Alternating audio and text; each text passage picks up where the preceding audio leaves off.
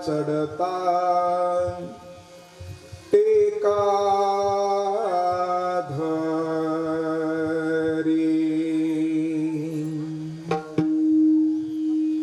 मारिले दैत्य गाढे ज्याची पुराणी पोवाडे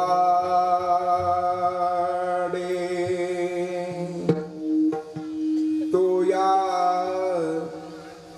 गवडियाचे गेली 8 वर्षापासून चालत आलेल्या परंपरेचं हे 9व्या क्रमांकाचा 11 वर्ष आहे। या वर्षी संयोजक मंडळाच्या माध्यमातून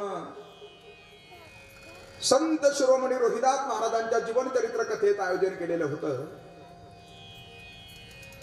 2 आषाढ्या सायंकाळ आपण त्या कथेच्या माध्यमातून रोहिदास महाराजांचं जीवन चरित्रावरती प्रकाश टाकण्याचा काय केला प्रयत्न केला। खर तर संत ह्या जगतामध्ये प्रगट होत आहेत, प्रगट होण्याचा त्यांचा आसरा हेतू आहे। काय करतात संत? संत करतात क्रांती। काय करतात संत? संत घालवतात भ्रांती। काय करतात संत? तर संत प्रदान करतात मुक्ती। आणि काय करतात संत? असा जर पुन्हा एकदा जर प्रश्न जर असेल तर ते करून देतात भगवंताची प्राप्ती। असे असतात संत। तर संबंधानं आजचा आसारा हा प्रसाराचा दिवस आहे। काला म्हणजे पूर्णत्व आहे। आपलंही जीवन खरी अर्थानं पूर्णत्वापर्यंत पोहोचावं हा काल्याच्या पाठीमागला आसारा हेतू आहे। जीवाच्या ठिकाणी आसारी अपूर्णता आहे महाराज, एक भौतिक अपूर्णता आहे। आणि दुसरी जी अपूर्णता आहे त्याला आध्यात्मिक अपूर्णता म्हटलं जातं. भौतिक अपूर्णता, प्रारब्ध ज्या वेळेला आपलं काय होतं, अनुकूल होतं, त्यावेळेला भौतिक जी प्रतिकूलता आहे ती त्या ठिकाणी काय होते, संपून जाते. पण जेव्हा भगवंताची कृपा आपल्यावरती होते तेव्हा परमार्थिक आसारी आपल्या जीवनामधली ती अपूर्णता पूर्णत्वाला जात असते. आपलंही जीवन पूर्णत्वापर्यंत पोहोचावं, काल्यापर्यंत पोहोचावं म्हणून आजचा हे काल्याचा असणारा हरिकीर्तन आणि अशा काल्याच्या हरिकीर्तन सेवेच्या चिंतन निरूपणार्थ जो काही अभंग मी आपल्या समोर गायला आहे, अभंग थोडा अपरिचित आहे. सहज त्या ठिकाणी वाचत असताना हा अभंग समोर दिसला. अनंत ब्रह्मांडे एक रोमी ऐसे धिंडे. पहिल्या चरणाच्या माध्यमातून त्या भगवंताची व्यापकता आपल्या समोर तुकोबाराने वर्णन केली. दुसऱ्या चरणाच्या माध्यमातून त्या भगवंताची भक्त वत्सलता आपल्या समोर ठेवली. तो या गवळीयाचे घरी उंबरा चढता टेका धरी. तृतीय चरणाच्या माध्यमातून त्या बल सांगितलं. मारी येले दैत्य गाढे ज्याची पुराणी पोवाडे. आणि चतुर्थ चरणाच्या माध्यमातून त्याचं सामर्थ्य सांगितलं. तुका म्हणे ज्याच्या अंगी सर्व कळा आहे असा असारा. तुका म्हणे अंगी कळा ज्याचे अंगी, असं वर्णन तुकोबाराने आपल्या समोर ठेवलं. अशा परमात्म्याचं वर्णन आजच्या ह्या अभंगाच्या माध्यमातून तुकोबाराने आपल्या समोर ठेवलेलं आहे. तो परमात्मा गवळ्यांच्या घरी काय होतो, रांगतो, गवळ्यांच्या घरी खेळतो. का खेळतो? कारण त्याला आपले भक्त प्रिय आहे. आपण द्वितीय दिनाच्या कथेमध्ये श्रवण केलं. भगवंताला त्याचे भक्त फार प्रिय आहे. त्याला जर प्रिय जर काय असेल, सर्वात जास्त जर प्रिय जर असेल तर त्याचे भक्त त्याला प्रिय आहे. त्याचे प्रगट होण्याचे कारण साधू संत महात्म्याने सांगितले. हे भक्ता कारणे तेने घेतली आडी 10 गर्भवास सोसिले वनमाळी. हृदयी धरुणी तुम्ही यासी खेळावयान्या हो माझ्या कानाचे नाम हरियावो. माझ्या कानाचे नाम हरियावो.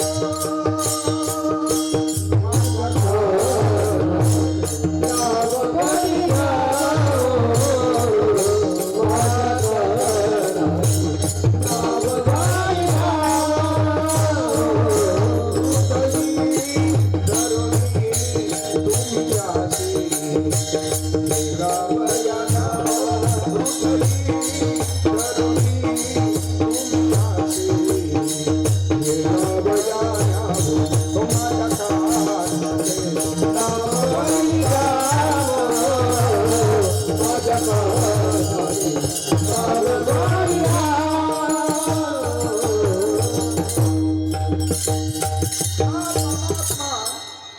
किती भक्ताच्या अधीन आहे ते जर पाहायचं असेल तर काकड्यामध्ये आपण अभंग म्हणतो. उच नीच काही नेणे भगवंत तिष्ठे भाव भक्ती देखून या.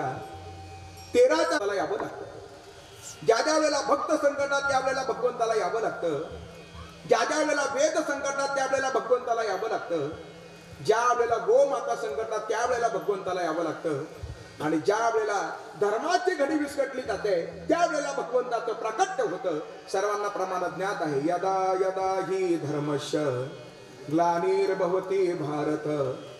स्वतः भगवंत त्या ठिकाणी सांगणार परित्राणाय साधूनां विनाशाय दुष्कृतां धर्म संस्थापनार्थाय संभवामी युगायुगी. आणि या साऱ्या श्लोकाचं विवेचन करत असताना तुकोबारांचे शब्द आहे. धर्म रक्षा भया अवतार घेसी. धर्म रक्षा भया अवतार घेसी. धर्म रक्षा भया अवतार घेसी.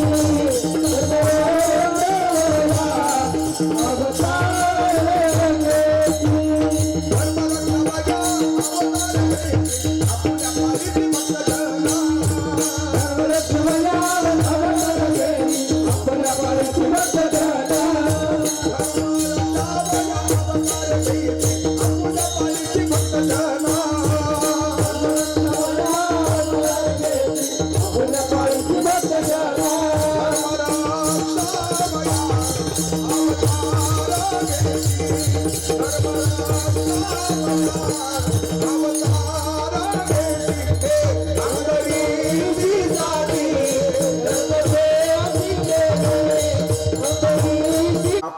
पाळीसे भक्तजन. त्या भगवंताच्या अवताराचे काय प्रकार आपल्याला शास्त्रामध्ये पाहायला भेटतात बरं. पहिला जो प्रकार आहे त्याला म्हटलं जातं अंश अवतार. दुसरा जो आहे त्याला म्हटलं जातं अंशांश अवतार. तिसरा जो अवतार आहे त्याला म्हटलं जातं आवेश अवतार. चौथ्या क्रमांकाचा अवतार आहे त्याला त्या ठिकाणी म्हटलं जातं कला अवतार. पाचव्या क्रमांकाचा अवतार आहे त्याला म्हटलं जातं पूर्ण अवतार. आणि 6व्या क्रमांकाचा अवतार आहे त्याला म्हटलं जातं परिपूर्णोत्तम अवतार. असं 6 प्रकारानं भगवंताच्या अवताराचं काय केलेलं आहे, वर्गीकरण केलेलं आहे. खर तर तो आपल्या भक्तासाठी अनंत अवतार घेसी भक्ता कारणे, कनवाळू कृपाळू दिनालागी उद्धरणे.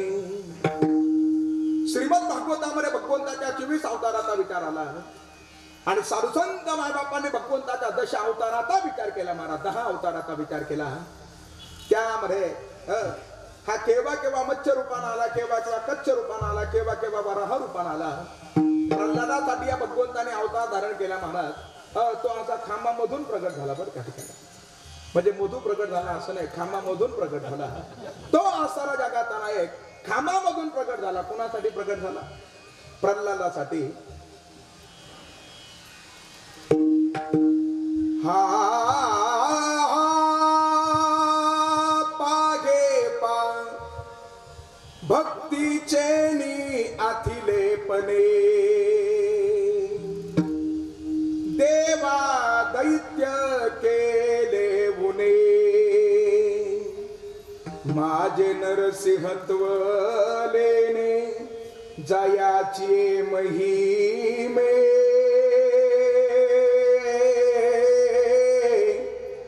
महाराज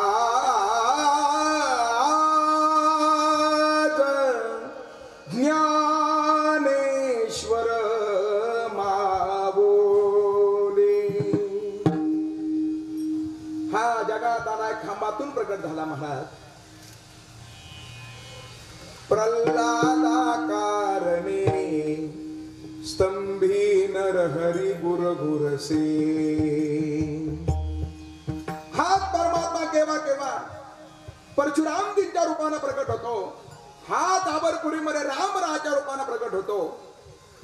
आणि राम अवतारामध्ये याने काहींना शब्द दिले, त्यासाठी हा जगाताला काय प्रकट होतो, कृष्ण रूपाने द्वापार युगामध्ये प्रकट होतो. बरं, यानं अनेकांना शब्द दिलेले होते आणि हा दिलेला शब्द मोडत नाही महाराज. म्हणून तर तुकोबारा म्हणतात, धन्य तुझ कृपा सिंधू म्हणतील, आपुला तो बोल साच करी. थोडस ट्रबल कमी करेल.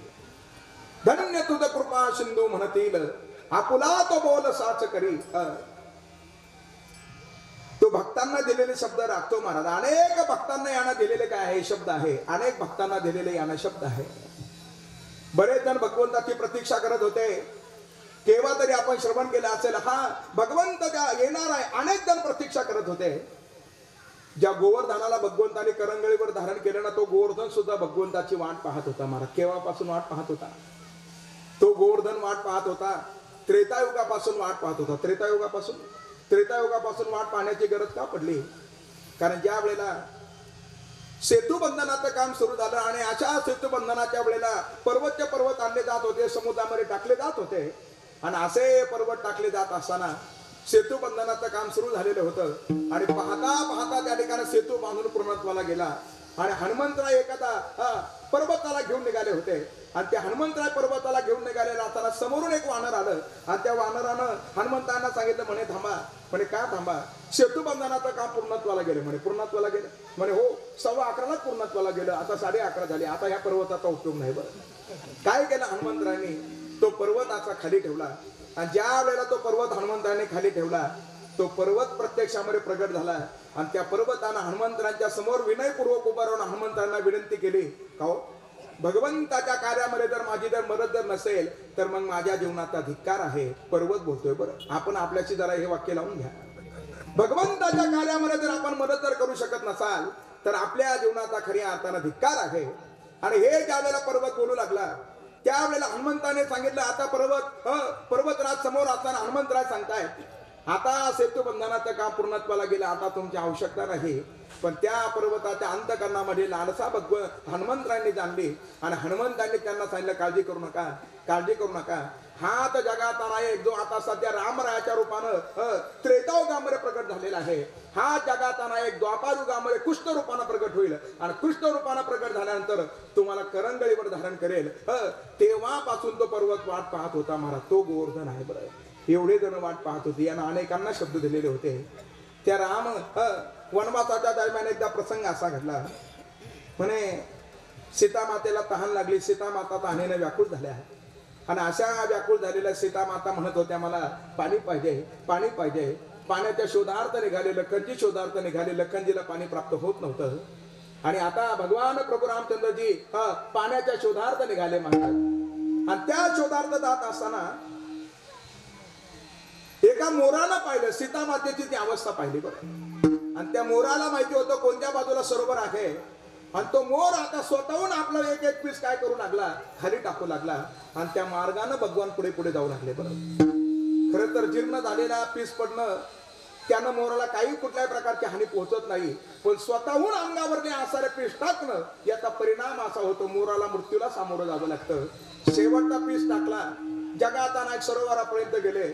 सरोवरामधलं पाणी घेऊन परत आले आणि तो जो मोर होता तो विवळत होता. आणि अशा मोराची अवस्था भगवंताने पाहिली आणि त्या भगवंताने त्या मोराला सांगितलं, संकटातून काढण्यासाठी जर समर्पणाची भावना जर तुमच्या अंतकरणामध्ये जर असेल, तुमची ही दिव्य लीला सदैव माझ्या स्मरणामध्ये राहावी म्हणून ज्या वेळेला मी द्वापारयुगामध्ये कृष्ण रूपानं प्रगट होईल त्यावेळेला तुमचा पीस मी सदैव माझ्या मुकुटावरती धारण करेल महाराज. हे तेव्हापासून ते असणारे काय आहे भगवंतानं दिलेले शब्द आहे. यानं अनेकांना शब्द दिले होते आणि त्यासाठी जगाचा नायक काय होणार होता, प्रगट होणार होता. आणि तो प्रगट होणार आहे, कारागृहामध्ये प्रगट होणार आहे. ज्या कारागृहामध्ये वसुदेव आहे, ज्या कारागृहामध्ये देवकी आहे, ज्यांचे पहिले 6 लेकर कंसाना मारून टाकले होते महाराज, यांना वियोग घडला होता. का वियोग घडला होता? वसुदेव देवकीला वियोग घडलेला होता. त्यांनाही असणारा त्याचं काय पूर्व संचित आहे. श्रीमद देवी भागवतामध्ये त्याचं विस्तारानं वर्णन आलेलं आहे महाराज. शाप प्राप्त झालेला होता देवकी मातेला. ही पूर्वी कोण होती? आदिती होती बरं. आणि हिला इथं सौतीनं शाप दिला होता, तिथीनं शाप दिला होता, तुला सुद्धा लेकरांचा वियोग झाल्याशिवाय राहणार नाही. परिणाम पहिलं लेकरू ज्या वेळेला जन्माला आलं आणि त्या लेकराचं नाव ठेवलं महाराज. वसुदेव देवकीला जे पहिलं बाळ झालं ना, त्या मुलाचं नाव ठेवलं. मला वाटतं ते नाव सगळ्यांच्या पाठ झालं असेल. काय नाव ठेवलं होतं? पहिल्या मुलाचं नाव होतं, त्याचं नाव कीर्तिमान होतं बरं. पहिल्या मुलाचं नाव कीर्तिमान.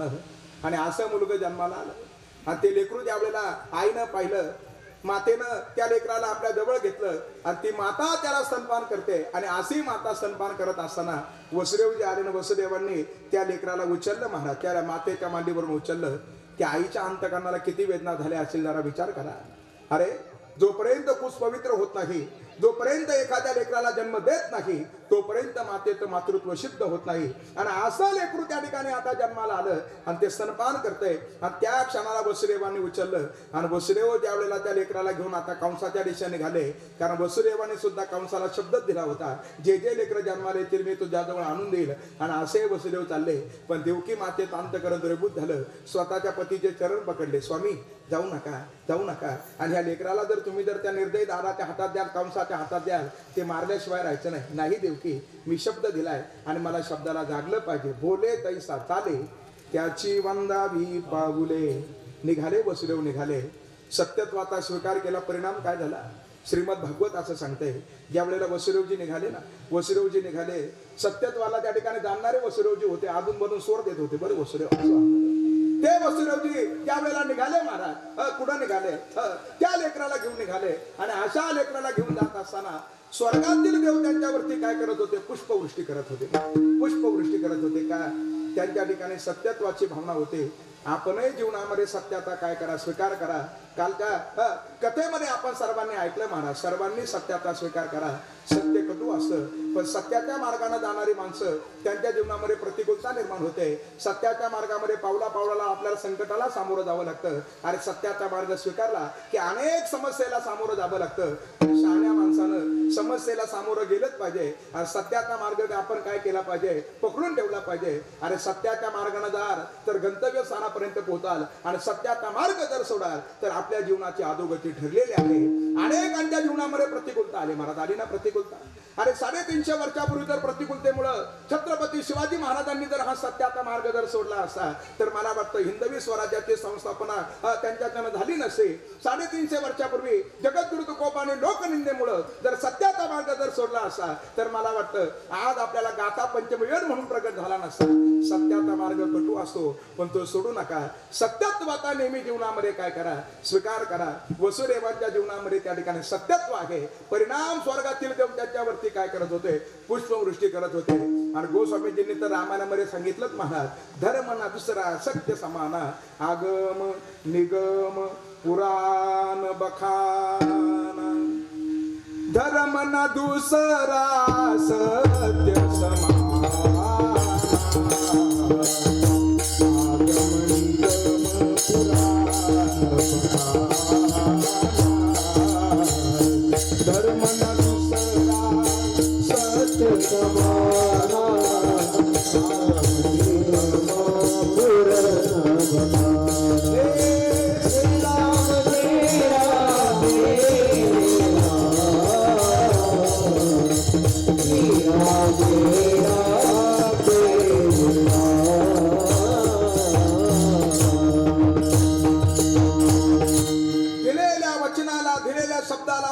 वसुदेवजी आहे.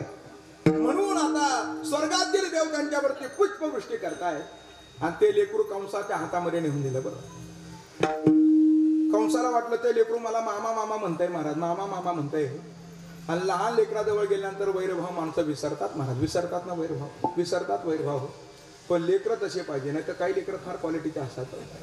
एक असा प्रसंग आम्ही वाचला, दूध विक्रीचा व्यवसाय. आणि असा दूध विक्रीचा व्यवसाय असताना वडिलांनी मुलाला सांगितलं होते, म्हणे बाळा ग्राहक जर आला तर जरा विचारपूस करून दुधाची तू विक्री करायची. वडील गेले गावाला, मुलगा होता दुकानावरती. आलंच महाराज ग्राहक आलं.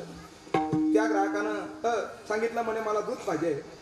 त्याला शब्द आठवले, म्हणे वडिलांनी सांगितलं होतं विचारपूस करून द्यायचं. हे म्हणलं अहो दूध द्यायचं, मग तुम्हाला गावरान गायचं देऊ का जर्सी गायचं देऊ.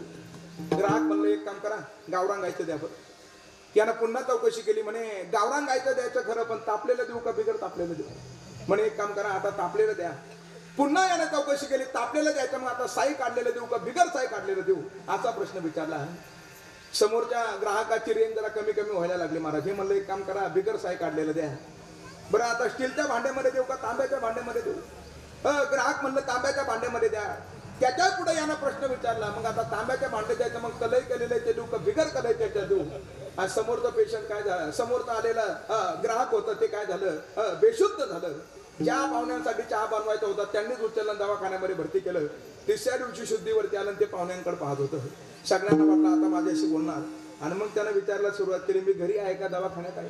बाकीचे म्हणले भाऊ तू दवाखान्यातच आहे. अरे आज सरकारी दवाखाना आहे का खाजगी दवाखाना आहे ते विचारायला लागले. हे म्हणले खाजगीच आहे. मग इथं डॉक्टर आहे का डॉक्टरी नाही, कशाचा घोटाळा झाला. त्या मुलाचा घोटाळा झाला महाराज. लहान लेकराजवळ त्या ठिकाणी तुकोबाराय म्हणतात, लहानपण देवा. त्या छोट्याच्या लेकराला ज्यावेळेला कंसानं पाहिलं महाराज, आणि अशा कंसानं त्या लेकराला पाहिल्यानंतर कंस वैरभाव विसरून गेला. आणि आता कंसानं ते लेकरू पुनश्च वसुदेवाच्या जवळ दिलं. आणि वसुदेवाने ते लेकरू देवकी मातेच्या जवळ दिलं. आणि ते लेकरू देवकी मातेनं ज्या वेळेला स्वतःच्या मांडीवरती घेतलं महाराज, आणि असं मांडीवरती घेतलं, पदर आडवा केला. त्या लेकराला आता स्तनपान करू लागल्या. आणि इतक्यामध्ये कंसाच्या कानावरती शब्द आले. बरं, हरि ओम नमो नारायणा, ओम नमो नारायणा, हरि ओम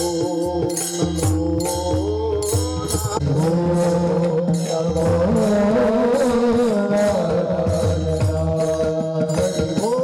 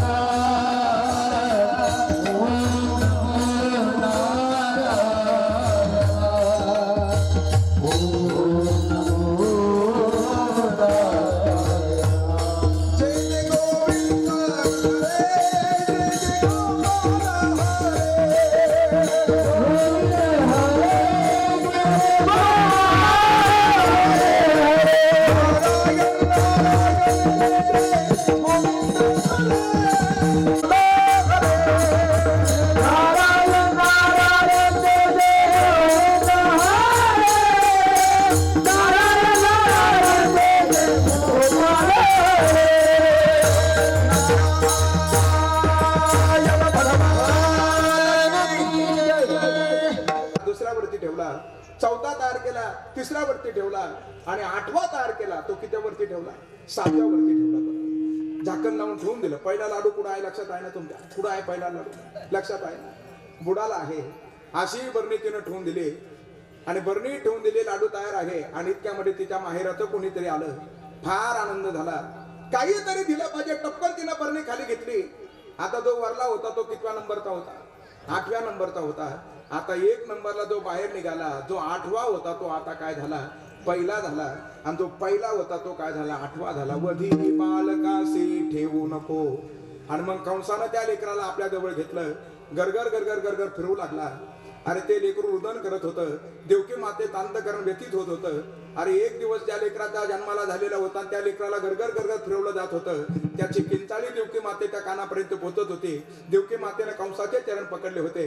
निर्दय कंसानं त्या देवकी मातेला पायानं असं दूर ढकललं आणि असा पुढे सरसावला. गरगर गरगर फिरवत होता. वसुदेवाने डोळे मिटून घेतले होते. देवकी मातेने डोळे मिटून घेतले होते. आणि गरगर गरगर फिरवणाऱ्या लेकराला समोरच्या शिळेवरती फटकन आपटलं महाराज. आणि कसं लेकराला आपटलं तसा त्या ठिकाणी आवाज झाला. आणि आता लेकरात आवाज शांत झाला. कंस सातत सातत निघून गेला. आणि देवकी मातेनं डोळे उघडून पाहिले. ज्याला 9 महिने 9 दिवस उदरामध्ये वाढवलं होतं, त्या लेकराचे बारीक बारीक अवशेष समोर पडले होते.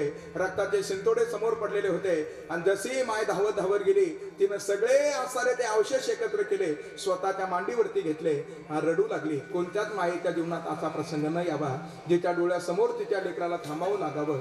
आणि ज्या वेळेला आईच्या समोर तिचं लेकरू थांबतं, तिच्या अंतकरणाला ज्या वेदना होत आहेत, त्या वेदनेचं वर्णन करत असताना ज्ञानोबाने दृष्टांत दिला. पाण्यामध्ये असणारा मासा, अनन्य जीवन ज्याचा आसारा त्या पाण्याशी आहे. आणि तो मासा ज्या वेळेला पाण्यापासून बाजूला केला जातो, त्या पाण्याविनं जशी माशाची अवस्था, तशी अवस्था लेकराविनं त्या मातेची होते. आता उभी आहे का बरं?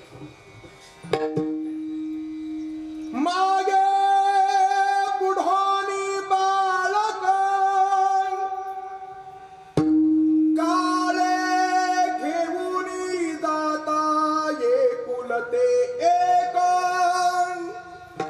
का उदक तुटता मिना होय तैसा का उदक तुटता मीन होय तैसा. पाण्यापासून मासा बाजूला गेल्यानंतर जशी माशाची अवस्था तशी लेकराच्या विना आईची अवस्था झाली. एकदा नाही झालं, दुसऱ्यांदाही तेच झालं.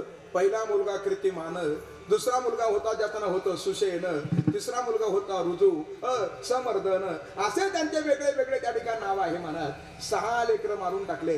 आणि 6 लेकरं ज्या वेळेला कंसानं मारले ना, प्रत्येक वेळेला देवकी माता तळतळून शाप देत होती, भरेल तुझ्या पापाचा घडा भरेल. पापाचा घडा भरतो बरं. मोठ्या मोठ्यांचा भरला. सर्वांनी ऐका, पापाचा घडा मोठ्या मोठ्यांचा भरला. मोठ्या मोठ्यांचा पापाचा घडा भरला. कंसासारख्याचा भरला महाराज. भरला ना पापाचा घडा. कंसासारख्याचा भरला, रावणासारख्याचा भरला, शिशुपालासारख्याचा भरला, दंतवक्रासारख्याचा भरला, महिषासुरासारख्यांचा भरला महाराज. पापाचा घडा भरत असतो. सगळ्यांनी असारं माणसानं भित्र असावं. कशाला भित्र असावं? कशाला भित्र असावं? माणसानं पापाला भित्र असावं. पापापासून माणसानं 4 हात काय असलं पाहिजे? दूर असलं पाहिजे. पण माणसं पाप करायला घाबरत नाही. सरसगट माणसं त्या ठिकाणी पापाचरण करतायत. पापाचा घडा एक ना एक दिवस भरतो. देवकी माता तळतळून शाप देत होती, भरेल एक ना एक दिवस पापाचा घडा भरल्याशिवाय राहणार नाही. आणि आता 7वा गर्भयोग मायने रोहिणीच्या उदरामध्ये स्थिर केला. आणि त्या रोहिणी माता म्हणजे वसुदेवाचीच पत्नी आहे. बरं, कधीतरी आपण भाव ऐकला असेल, जिचा पती असारा कंसाच्या जिचा बंदी खाण्यामध्ये आहे. आणि ती माऊली अचानक जर गर्भवती अवस्थेमध्ये जर समाजाच्या समोर जर आली तर लोक चांगलं म्हणतील का? चांगलं म्हणतील का लोक? जिचा पती कुठं आहे? कंसाच्या बंदी खाण्यामध्ये आहे. आणि जी दुसरं कुठंतरी दुसऱ्या ठिकाणी आश्रयाला आहे आणि तिला जर गर्भवती अवस्थेमध्ये पाहिले, लोक काय म्हणतील? लोक संशय घेतील तिच्या पातिव्रत्यावरती. लोक म्हणतील हिनं वाकडं पाऊल टाकलं, स्वतःच्या सौभाग्याला हिनं निश्चित काय केलं? फसवलं. आणि मग त्या रोहिणी मातेने विचार केला, आता सगळ्या चंद्रवंशाला कलंक लागेल, त्यापेक्षा आपण स्वतःला थांबून घेतलं पाहिजे. कारण कलंक एक अशी गोष्ट आहे, हजारो वर्ष निघून जातील पण लागलेला कलंक पुसला जात नाही. सर्वांनी लक्षात ठेवा. इंद्राकून चुकी घडली होती. गौतम ऋषींच्या गैरहजेरीमध्ये गेले होते. आई लेकून सेवा करून घेतली होती. सर्वांना रामायण माहिती आहे. इंद्राकून चूक घडली होती. किती वर्ष झाले? हजारो वर्ष झाले, लाखो वर्ष झाले, तरी सुद्धा आजही आपण प्रमाण चाली लावून म्हणतो, इंद्रा पडली भगन चंद्र झाला काळा, नारद चुकला ताळा भजनाचा. का म्हणतो? लागलेला कलंक पुसला जात नाही महाराज. अरे गिरी पर्वत से गिरे. एखादा जर पर्वतावरून जर खाली जर पडला तर आपण म्हणूया महिया फक्त एकदाच पडला, पण चरित गिरी से गिरे तो गिरे जन्म हजार. चरित रूपी पर्वतावरून जर खाली जर पडला हजारो जन्म निघून जातील, परंतु आसाला त्याचा लागलेला कलंक पुसला जात नाही. आपलं जीवन निष्कलंक असावं, आणि असं निष्कलंक जीवन जसं ज्ञानोबारांचं जीवन निष्कलंक आहे, म्हणून तर त्यांच्या बाबतीमध्ये म्हणावं लागलं नाथांना, नमो ज्ञानेश्वरा निष्कलंका, जयेची गीतेची वाचिता टीका, ज्ञान होय लोका अतिभाविका ग्रंथार्थिया. निष्कलंक जीवन असावं. निष्कलंक जीवन सगळ्या साधू संत मायबापांचं होतं. महाराज ज्यांच्या या जयंती उत्सवाच्या अनुषंगानं हा नामयज्ञ या ठिकाणी आयोजित केला होता ना, समग्र ग्रामाच्या सर्व ग्रामस्थांच्या सहकार्यातून, रोहिदास महाराज त्यांचं जीवन खरी अर्थानं काय आहे, निष्कलंक आहे. ज्ञानोबारांचं जीवन सुद्धा कसं आहे, निष्कलंक आहे. अरे जे विश्वाचार्य आहे श्रीमद भागवतामधले, त्यांचं जीवन सुद्धा कसं आहे, निष्कलंक आहे. असे अनेक निष्कलंक पात्र मला आपल्या समोर सांगता येतील. कलंक लागेल म्हणून काय केलं, रोहिणी मातेनं मध्यरात्री उठल्या, योग मायनं तो देवकी मातेच्या गर्भामधला गर्भ उचलला होता आणि हिच्या उदरामध्ये आणून ठेवला होता, आणि हिनं स्वतःला गर्भवती असलेलं पाहिलं. सगळ्या कुळाला कलंक लागण्यापेक्षा आपण स्वतः थांबून घेऊ. मध्यरात्री उठल्या, हळुवारपणे आसारानंद बाबाचा जो दरवाजा आहे तो दरवाजा उघडला आणि बाहेर आल्या, आणि आता यमुनेच्या तीरावरती गेल्यानं असे वाळलेले लाकडं गोळा केले बरं, आणि ते वाळलेले लाकडं गोळा करून त्याची चिता तयार केली, आणि त्या चितेला आता प्रज्वलित करून त्या चितेला प्रदक्षिणा मारत होत्या. आणि तिसरी प्रदक्षिणा पूर्णत्वाला गेली तर त्याच्यामध्ये उडी मारून स्वतःला थांबून घेणार होत्या. सगळ्या चंद्रवंशाला कलंक लागणं काय चांगलं आहे असा विचार करत होत्या. आणि आता प्रदक्षिणा मारत असताना वसुदेवांचं स्मरण करतायत, आणि अशा वसुदेवांना सांगतायत, स्वामी सगळ्या वंशाला कलंक लागण्यापेक्षा आता मी थांबणं योग्य आहे. आणि अशा स्वतःच्या तुका म्हणे सती आज्ञ न देखे ज्या रीती आपल्याला प्रमाण तुकोबारांचं पाहायला भेटतं. प्रदक्षिणा मारत होत्या. पहिली प्रदक्षिणा झाली, दुसरी प्रदक्षिणा झाली, आणि आता तिसरी प्रदक्षिणा पूर्णत्वाला जाऊन त्याच्यामध्ये उडी मारणार. इतक्यामध्ये धो धो धो धो धो पाऊस पडायला लागला. ढगाचा गडगडाट, विजेचा कडकडाट झाला. चिता बिजली गेली, आकाशवाणी झाली, आणि आकाशवाणीनं गोकुळ वाद्यांना चालले. हे बघा, यमुनेच्या तीरावरती देवकी माता, यमुनेच्या तीरावरती रोहिणी माता अग्निकाट सहन करत आहे. ज्या रोहिणी मातेच्या उदरामध्ये असणारा बाळ वसुदेवाचाच अंश आहे, कोणीतरी जा. आणि त्यावेळेला नंद यशोदेने ते शब्द ऐकले, आणि यशोदा माता आणि नंद बाबा धावत धावत आले. आणि जशा यशोदा मैया धावत आल्या आणि त्या रोहिणी मातेला जवळ घेतलं, अभय दिलं, घाबरू नको. आकाशवाणीनं सांगितलं, तुझ्या उदरामधला असणारा जो अंश आहे हा तुझ्या सौभाग्याचा आहे. रोहिणी मातेला घेऊन आल्या, आणि भाद्रपद शुद्ध षष्टीला रोहिणी माता प्रसूत झाल्या. आणि त्यांच्यापासून जे बालक झालं ते म्हणजे दुसरं तिसरं कोणी नाही, जे बलानं अधिक आहे. आणि ज्यांचं चिंतन केलं म्हणजे सगळ्यांना आराम प्राप्त होतो. बलानं अधिक आहे म्हणून बल, आणि आराम प्राप्त म्हणून राम, असं त्याचं नाव पडलं बलराम. बलरामाचं प्राकट्य झालं. आणि आता पुन्हा देवकी माता आता पुन्हा एकदा काय आहे, गर्भवती आहे. आणि आता श्रावण महिना, वद्य पक्ष, अष्टमीची रात्र, सगळे देवदेवता भगवंताची स्तुती करतात. बरं, भगवंत स्तुती प्रिय आहे महाराज, त्याला स्तुती आवडते. बरं, त्याला स्तुती आवडते. आणि सर्व देव देवता स्तुती करू लागले. हो पद्मनाभा नारायणा, पद्मनाभा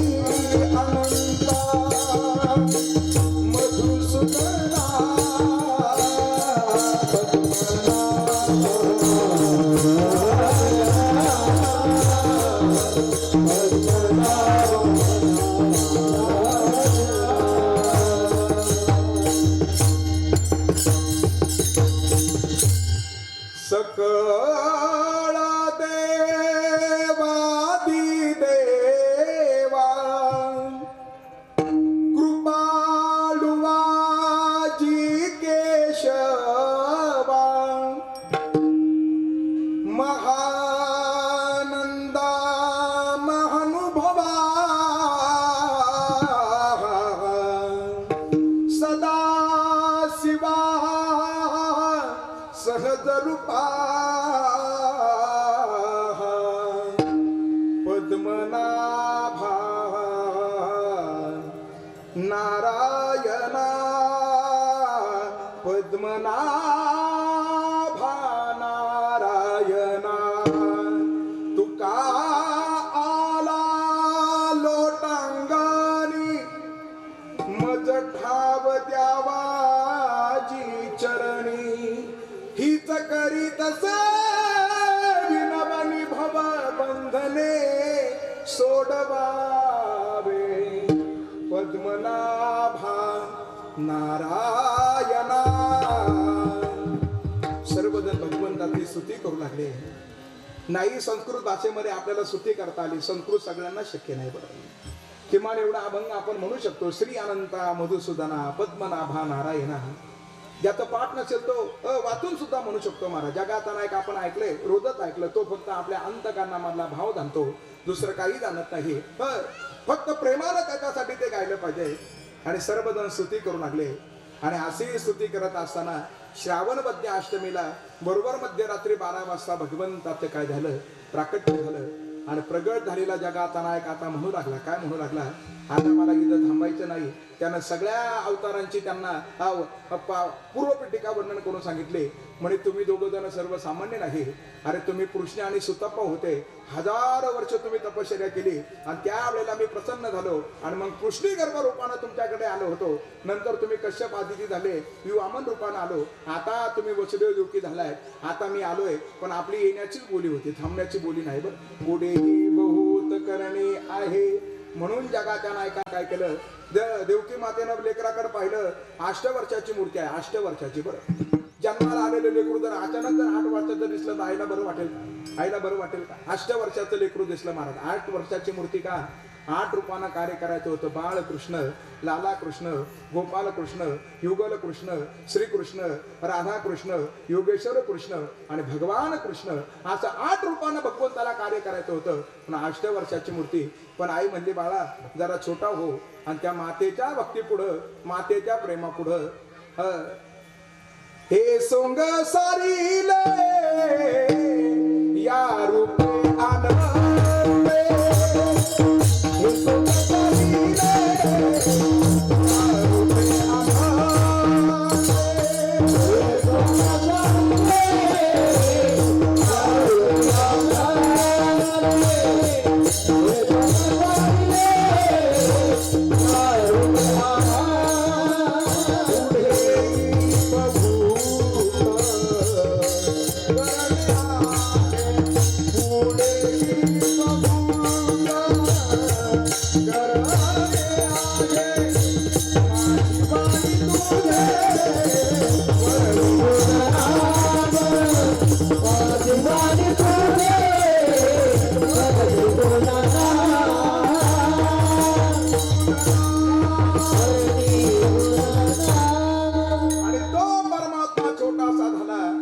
आणि छोटा झालेला परमात्मा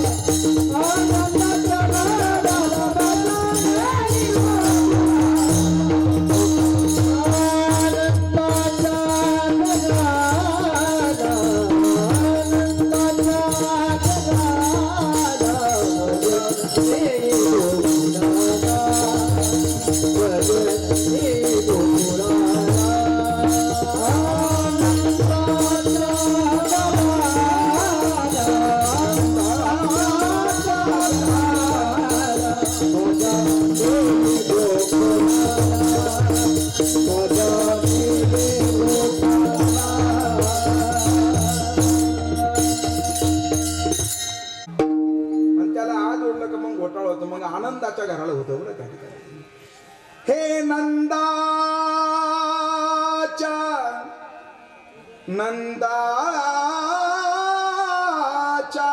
घराला.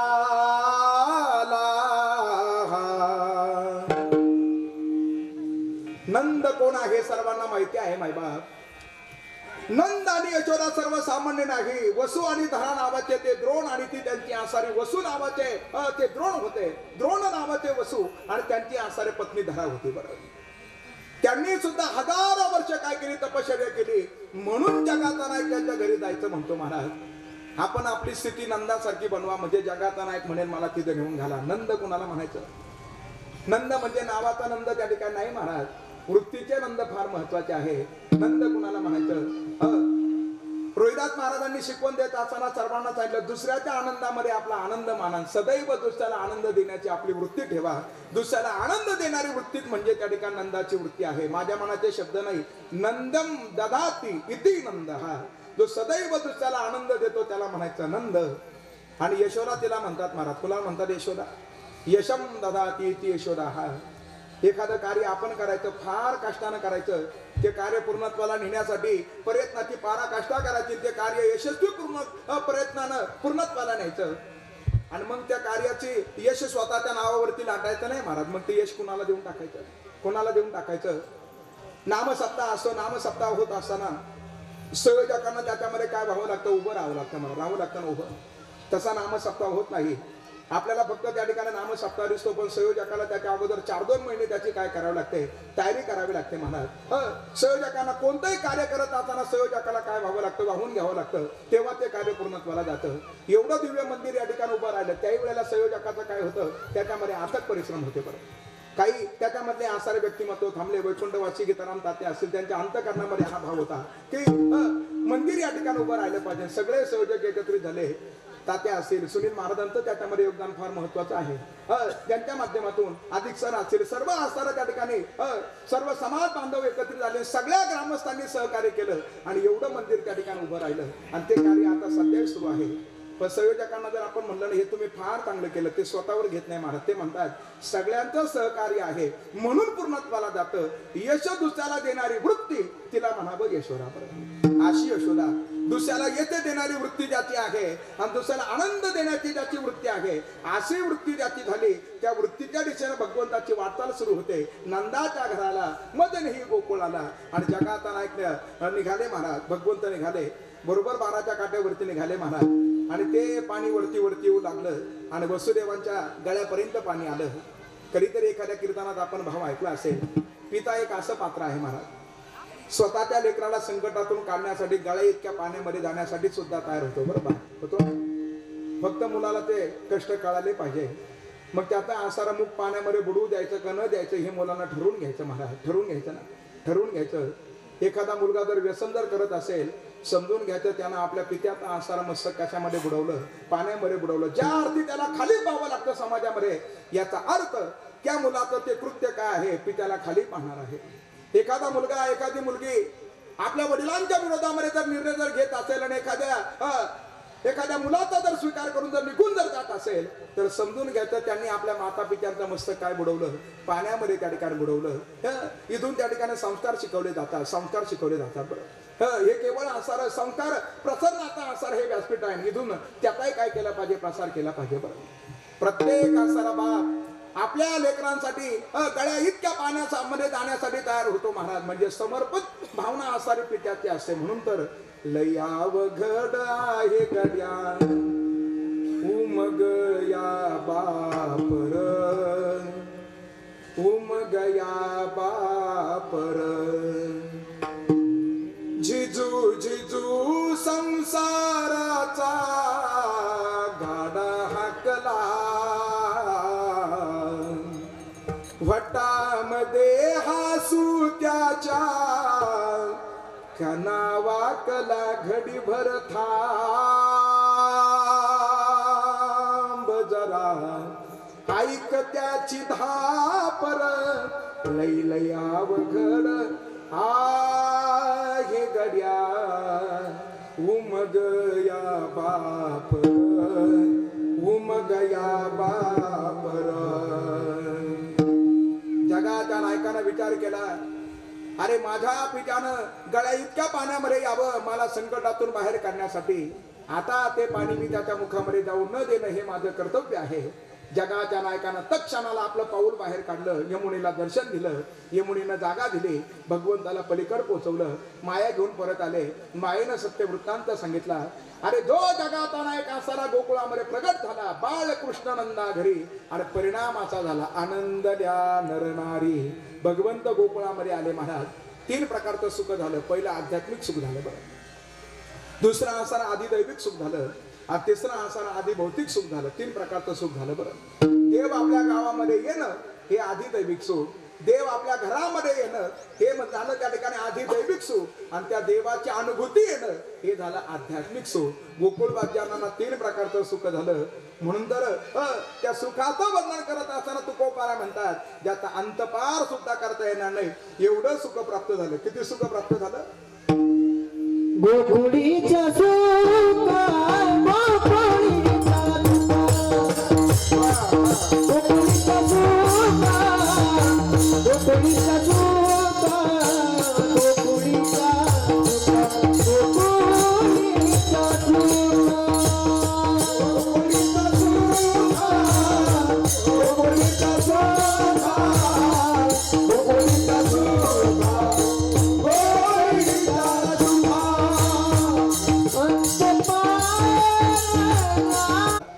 त्यांना ही गोष्ट समजली महाराज. तिनं तिला सगळ्यांपर्यंत निरोप पोहोचला. गवळण म्हणती, गवळण म्हणती, गवळण म्हणती हो गवळणीला पुत्र झाला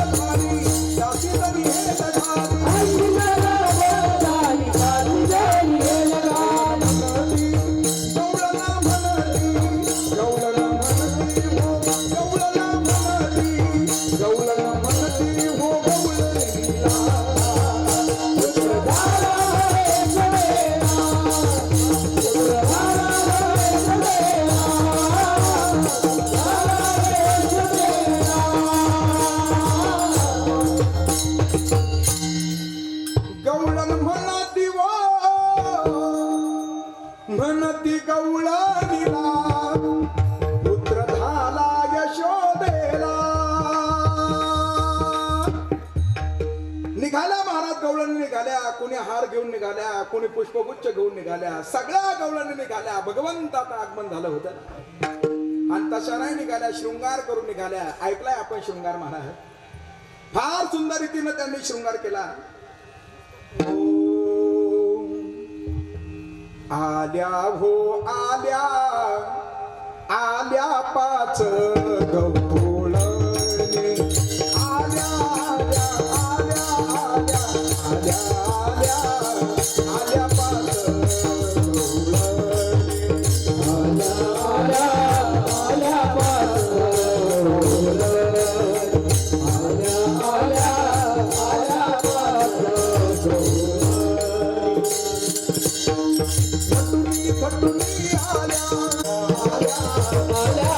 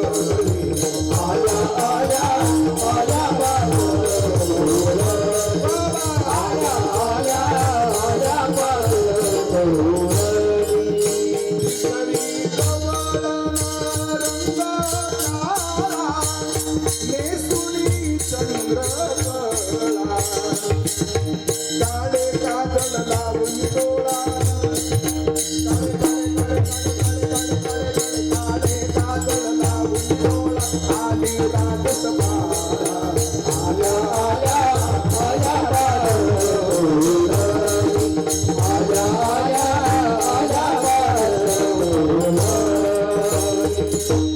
गवती गवलन रंग लाल लाल लाल हे कपाळी कुंकूची दाल मागी भरोनी गुलाल पाचवी कवलन हिरवारंग अवघ्या छाया रंग हिरव्या कंकणात पाहता रंग आरतात जडले रिंग फुगडी खेळत हो फुगडी खेळत कृष्णा संग एकनाथ अभंग आल्या आल्या आल्या बाळूमाई आल्या आल्या आल्या बाळूमाई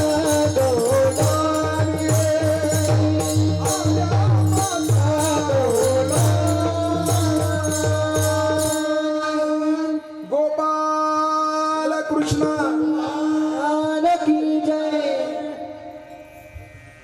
पाच रंग म्हणजे पाच देहाचं प्रतीक आहे. स्थूल देह, सूक्ष्म देह, कारण देह, अति कारण देह आणि महाकारण देह. आणि असा जगाचा नाही जो यशोदा मैयाच्या घरी प्रकट झालेला आहे तो सर्वसामान्य नाही महाराज. त्याचं असणारं सामर्थ्य सर्वसामान्य नाही. ज्याच्या मुद्रामध्ये त्या ठिकाणी पाहू जर गेलं अनंत ब्रह्मांडे तर आहेच आहे, पण त्याचं जे सामर्थ्य आहे त्याचं सामर्थ्य सर्वसामान्य नाही. त्याच्या अंगाच्या एका केसावरती सुद्धा अनंत ब्रह्मांडे राहत आहेत असं त्याचं सामर्थ्य आहे. आणि त्या प्रगट झालेल्या परमात्म्याचं सामर्थ्य वर्णन करत असताना तुकोबांचे शब्द आहेत. ओ अनंत ब्रह्मांडे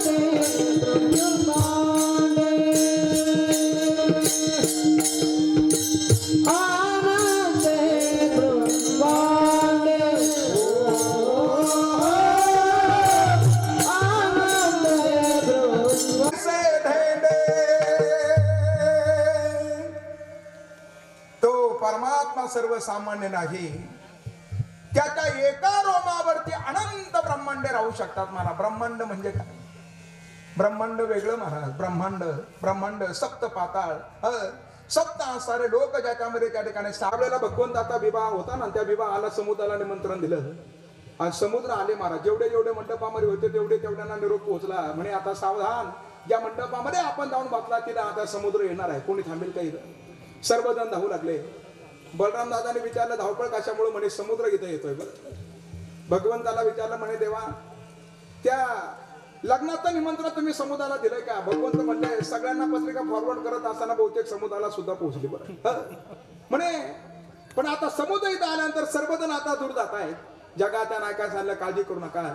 भगवंतानं स्वतःच्या अंगावरला एक रोम घेतला आणि तो समुद्राला राहण्यासाठी जनवास दिलं, त्यांना वास्तव्य केलं. ज्याच्या एका रोमावरती सर्व समुद्र स्थिर होतो, ज्याच्या एका रोमामध्ये त्या ठिकाणी काय अनंत ब्रह्मांड सामावण्याचं सामर्थ्य आहे, तो परमात्मा नंद यशोदेच्या घरी प्रगट आहे. अनंत ब्रह्मांडे एक रोमी ऐसे धेंडे हे त्याचा असणारा सामर्थ्य आहे. तो परमात्मा यशोदा मैयानं एकदा त्याच्यावर का करायला लावलं आणि त्याच्यावर पाहिलं महाराज. त्या पोटामध्ये सुद्धा काय दिसलंय? अनंत ब्रह्मांड दिसले ना. तुकोबाराने त्याचंही वर्णन केलं. नवाला केवड केवडे नवाला केवड केवडे नवाला केवड केवडे नवाला केवड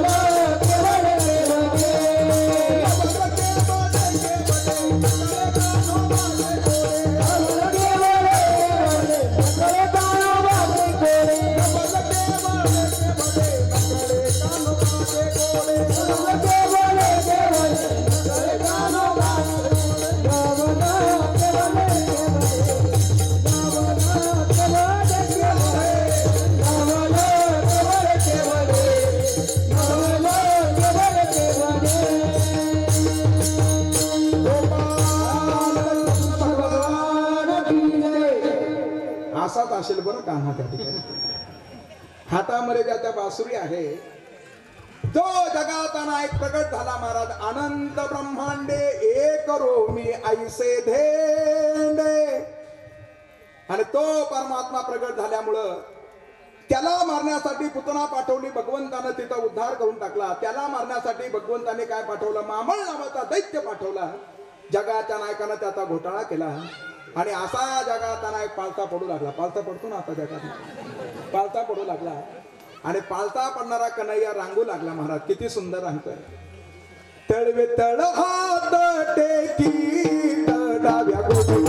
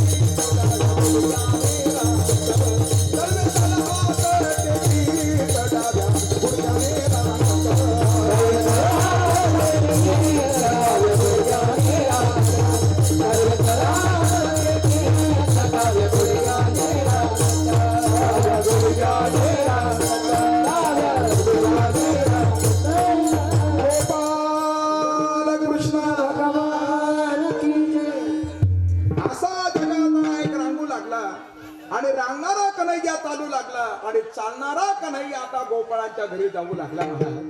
पहिलं त्याचं त्या ठिकाणी काय सांगितलं, सामर्थ्य सांगितलं.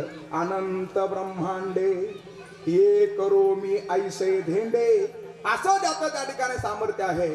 तोच असताना परमात्मा गवळ्यांच्या घरी जाऊ लागला आणि ती भक्त वत्सलता वर्णन करत असताना तुकोबांना सांगावं लागलं. तोई गवळी याचे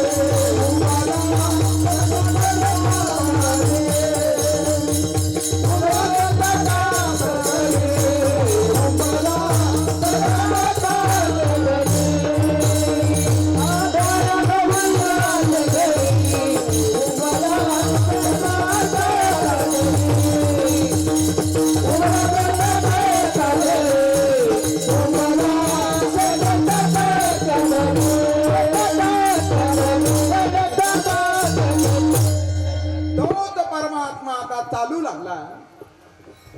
तो रांगतोय कसं त्याचं प्रात्यक्षिक आपल्या समोर आहे. महाराज रांगणारा परमात्मा उभा राहू लागला आणि उभा राहणारा परमात्मा हा गवळ्यांच्या घरी जाऊ लागला. तो या गवळियांचे घरी, ही त्याच्या ठिकाणी असणारे भक्त बसलता आहे. महाराज तो कोणाच्याही घरी जात नाही, बरं कोणाच्याही घरी जात नाही. आई साखर घर आवे राम, तो कोणाच्याही घरी जात नाही. महाराज ज्याच्या ठिकाणी शुद्धता आहे, ज्याच्या अंतकरणामध्ये भगवंताविषयी काय आहे, अस्मिता आहे, अशा ठिकाणी जगात नायक जातो. तो कुठेही जात नाही. बरं तो या गवळियांचे घरी आणि तो आता ठेका धरू लागला आणि उंबरट्यातून एक एक पाऊल आतमध्ये टाकू लागला. उमरा चढता ठेका धरी, असा परमात्मा आता ठेका धरू लागला. सर्वांना तो आनंद देऊ लागला महाराज. आणि हे सर्व करत असताना त्यानं अनंत लीला केल्या महाराज. अनंत लीला करता रांगताना सुद्धा त्याची लीला आहे. रंगत रांगणी चोरी तो लोणी, धावोनी धरती गौळणी, बांधिती चरणी देती गऱ्हाणी, यशोदे साजनी. कृष्ण आळवा आळवा परतोनी माते धावा, दरी दूध बक्षुन कमान निळे नवल केले साधने. कृष्ण आळवा आळवा निरोपाराय महाराजांनी वर्णन केलं महाराज. आणि असा परमात्मा आता ठेका धरू लागला, रांगू लागला. आणि तो रांगणारा परमात्मा त्यानं काय दिव्य लीला केल्या तर त्यानं अनेक आसाऱ्या दैत्यांना निपात करून टाकलं. आणि ते वर्णन करत असताना तुकोबारांचे शब्द आहेत.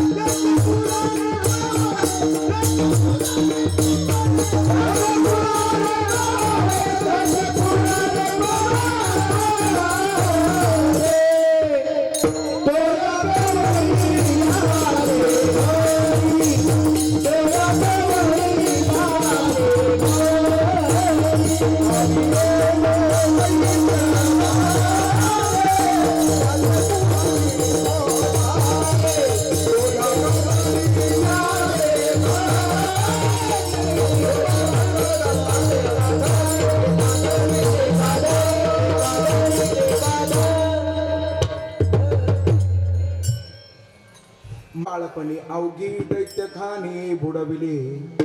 काकासूर रिटासूर धेनुकासूर अनेक दैत्य जगाच्या नायकानं त्यांचा निष्पात करून टाकला. पुराणामध्ये त्याचं वर्णन आहे. आणि असं पुराण त्या ठिकाणी श्रुती म्हणते नेती नेते सर्वबंध त्याचं चिंतन करतात. विठोबा रखुमारी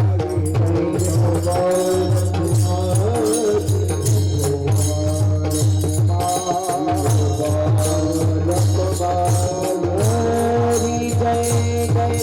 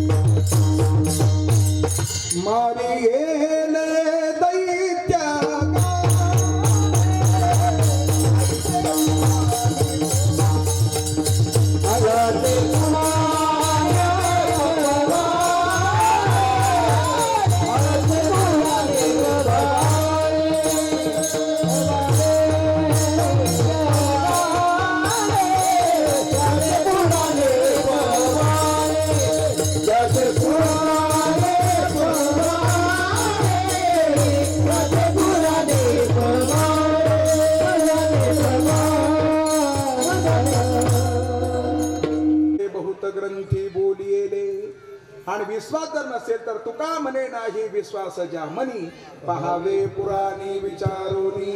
काय विचारावं पुराणाला भगवंताने काय केलं आणि मग पुराण आपल्याला सांगेल. मारियेले दैत्य गाढे, अनेक दैत्यांना जगाच्या नायकानं नित्यपंथाला पाठवलं आणि तो आसारा जगाचा नायक ज्याच्या अंगी सर्व प्रकारच्या आसारा कळा आहे महाराज.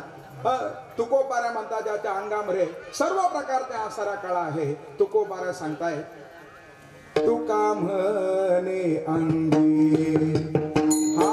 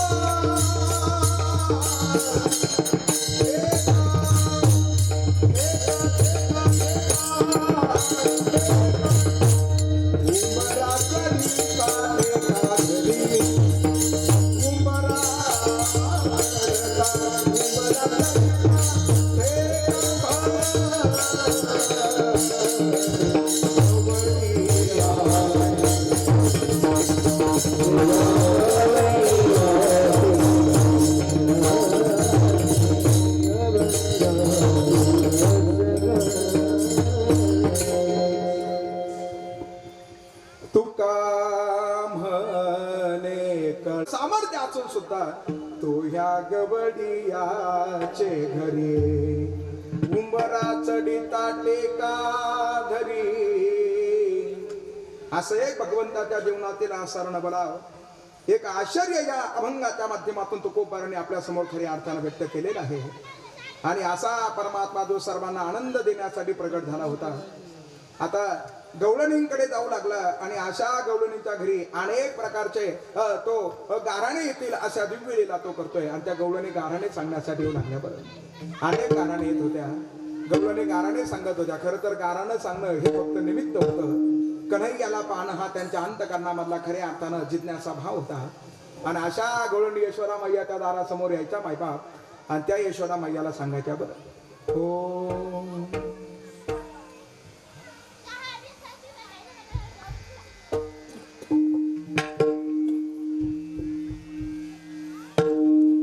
यशोदे ग तुला येईल राग तुझ्या कान्हाला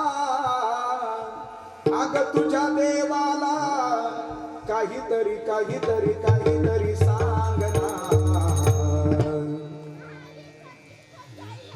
तोंड करूनी वाकडे मला म्हणतो ग वेडे या तुझ्या देवाला तुझ्या कानाला काहीतरी काहीतरी काहीतरी सांगना. असे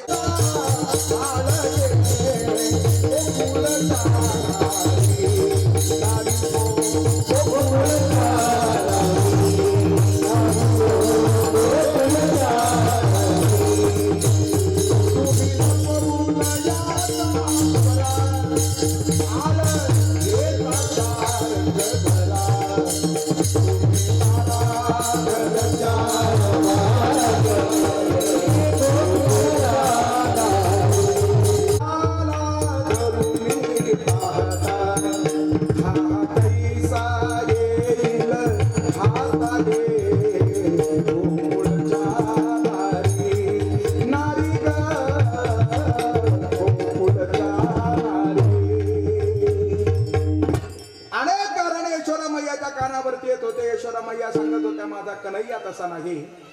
आणि अखेर यशोदा मैयानं कन्हैयाला ताकीद केली म्हणत, हो गवड्या घरी बोबाटा उठला, माट दयाचे फोडू नको रे. आणि लहानपणापासून मुलाच्या मनावरती पित्याविषयी धाक दाखवला जातो. राकीट तुझा पितानंद, मारतयाचा खाऊ नको रे. अरे कृष्णा तुला मी ताकीद करते, घरी कुणाच्या जाऊ नको रे. पाळण्यात घालूनी झोका मी देते, आता उडी तू रडू नको रे. आली गवळण कपटी राधा, तिच्याकडे तू पाहू नको रे. कृष्णा तुला मी नाना पद्धतीनं समजवण्याचा प्रयत्न केला. खोड्या त्या ठिकाणी सुरू होत्या. आणि मग यशोदा मैयानं सांगितलं, उद्या जाई राणा सवे घेऊनी गोधना. यशोदा मैया सांगत होत्या,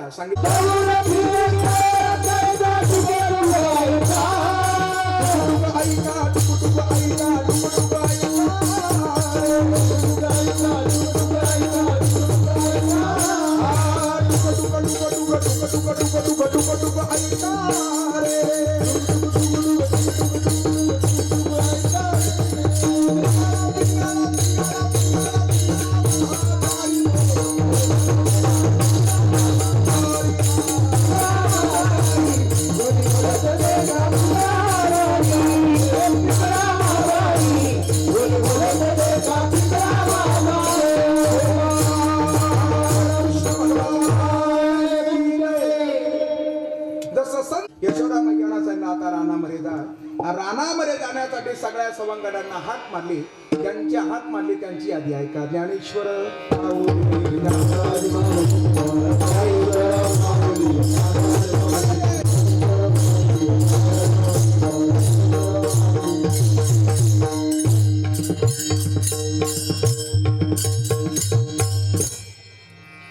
जगात एक रानामध्ये जाण्यासाठी निघाला.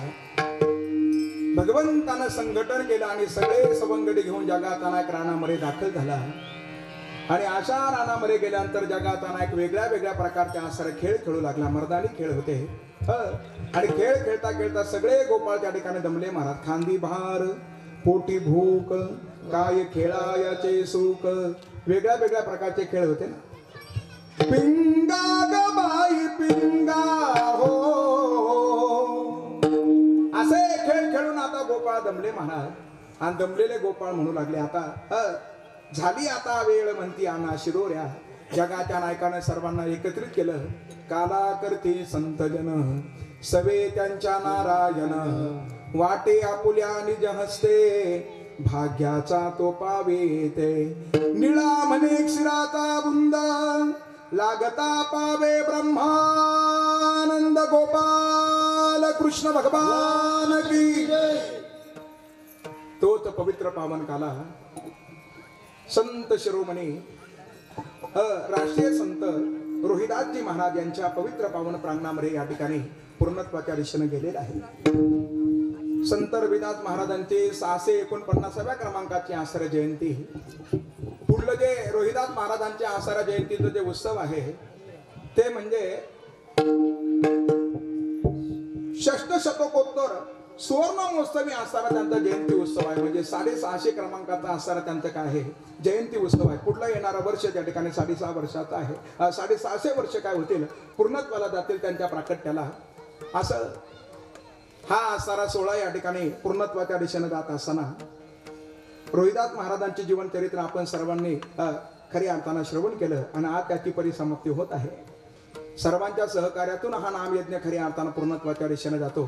सगळ्यांचं त्याच्यामध्ये त्या ठिकाणी 1 रुपयापासून तर हजारो रुपयापर्यंत ज्यांचा आसरा सहकार्य आहे, सगळ्यांचं ज्यांचं सहकार्य आहे त्यांना विशेष आत्मानं ह्या व्यासपीठावर मी धन्यवाद देतो.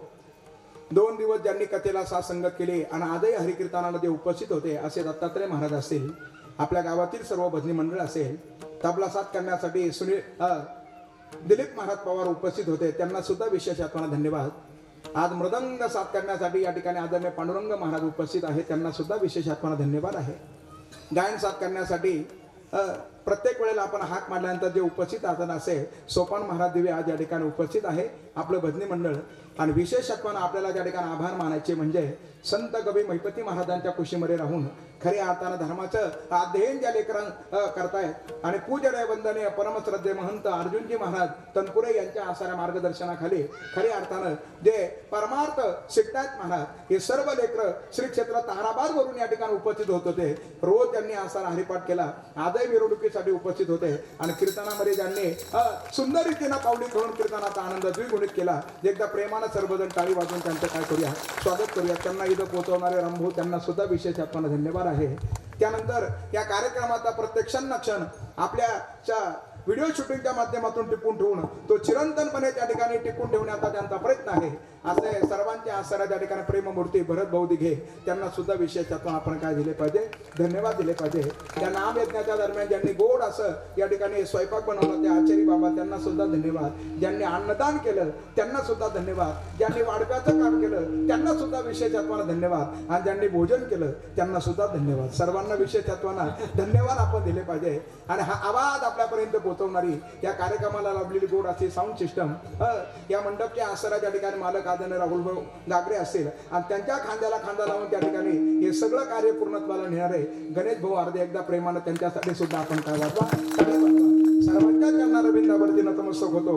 आणि आजची आसारी काल्याच्या ही कीर्तन सेवा संत शिरोमणी रोहिदास महाराजांच्या चरणा रविंदावरती आपण काय करूया, समर्पित करूया. रोहिदास महाराजांचा संदेश आहे, कोणी व्यसन करू नका, कोणी आपल्या जीवनाची अधोगती करू नका. आपलं जीवन आसर पाहू जर गेलं तर हे दुर्लभ आहे. दुर्लभ मानव देह आपल्याला प्राप्त झालेला आहे. प्राप्त दुर्लभ मानव देहाच्या माध्यमातून आपण असं जीवन जगा, असं जीवन जगा, असं जीवन जगा, असं रोहिदास महाराजांनी आसारा सर्वांना स्वराज जीवन जगा असं सांगितलं. बरं का, बेसूर झाला का मग त्या ठिकाणी घोटाळा होतो महाराज. असं आपलं जीवन कसं असावं स्वरामध्ये, म्हणजे सारुसंत महात्म्याने जसं सांगितलं त्या पद्धतीने आपण काय व्हावं, प्रवाहित व्हावं. तो आसारा महाराजांचा संदेश आपण त्या ठिकाणी आपल्या गळी उतरून तशा पद्धतीने पुढे जीवन व्यतीत कराल. आपण कोणत्या कुळामध्ये जन्माला आलो याचा विचार करू नका. आपण चांगलं कर्म जर कराल तर ते चांगलं कर्म सुद्धा आपल्याला भगवंतापर्यंत घेऊन जाऊ शकतं. हा महाराजांचा आसारा संदेश आहे. तो संदेश सर्वांनी स्वीकारा आणि आपल्या जीवनात सोनं करून घ्या. एवढा आसारा या क्षणाला सदिच्छा व्यक्त करतो आणि ही सेवा भगवंतांनी समर्पित करतो. विठ्ठल जय जय विठ्ठल जय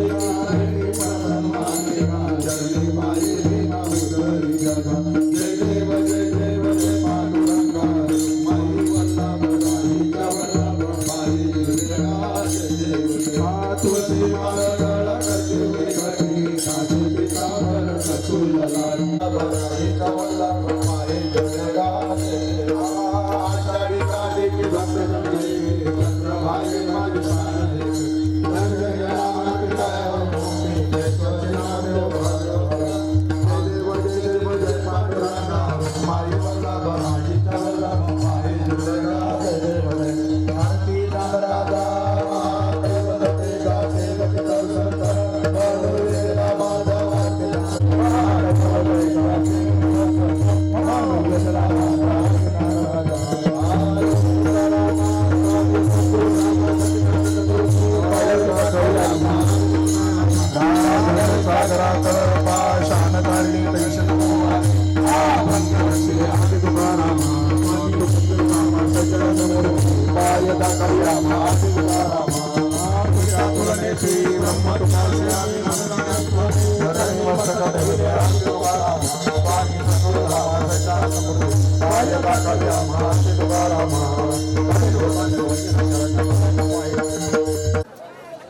ज्यांच्या मुखारविंदातून आपण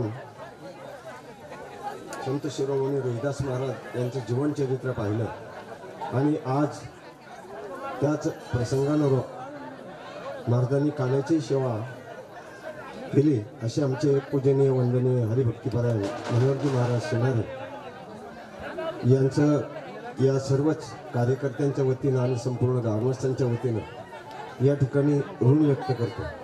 त्याचबरोबर आताच महाराजांनी सांगितलं देवीचं मंदिर प्रगतीपथावर आहे आणि ते आता हा साहेब इकडे साहेब हो महाराज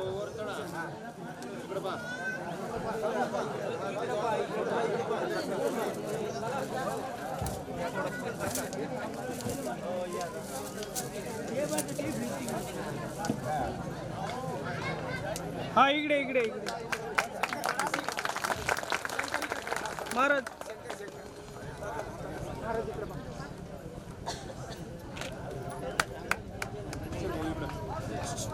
यानंतर या ठिकाणी हरिभक्तीपरायण बेलकर आतोनात असे कष्ट त्यांच्याकडे आहेत.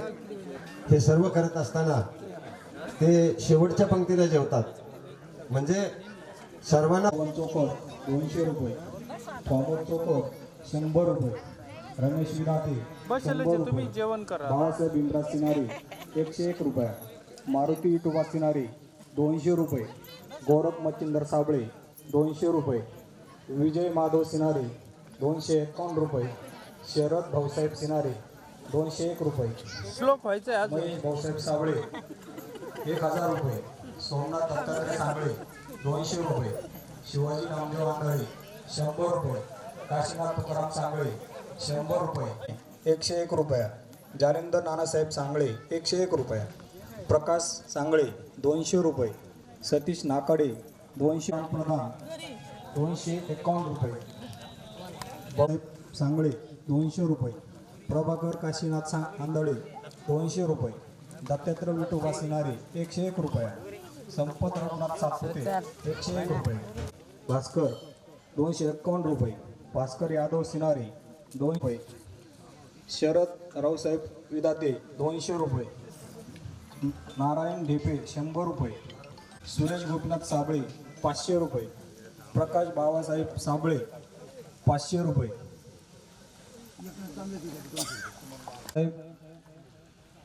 गांजा बापू सिनारे 200 रुपये, ज्ञानदेव गौराज ढेपे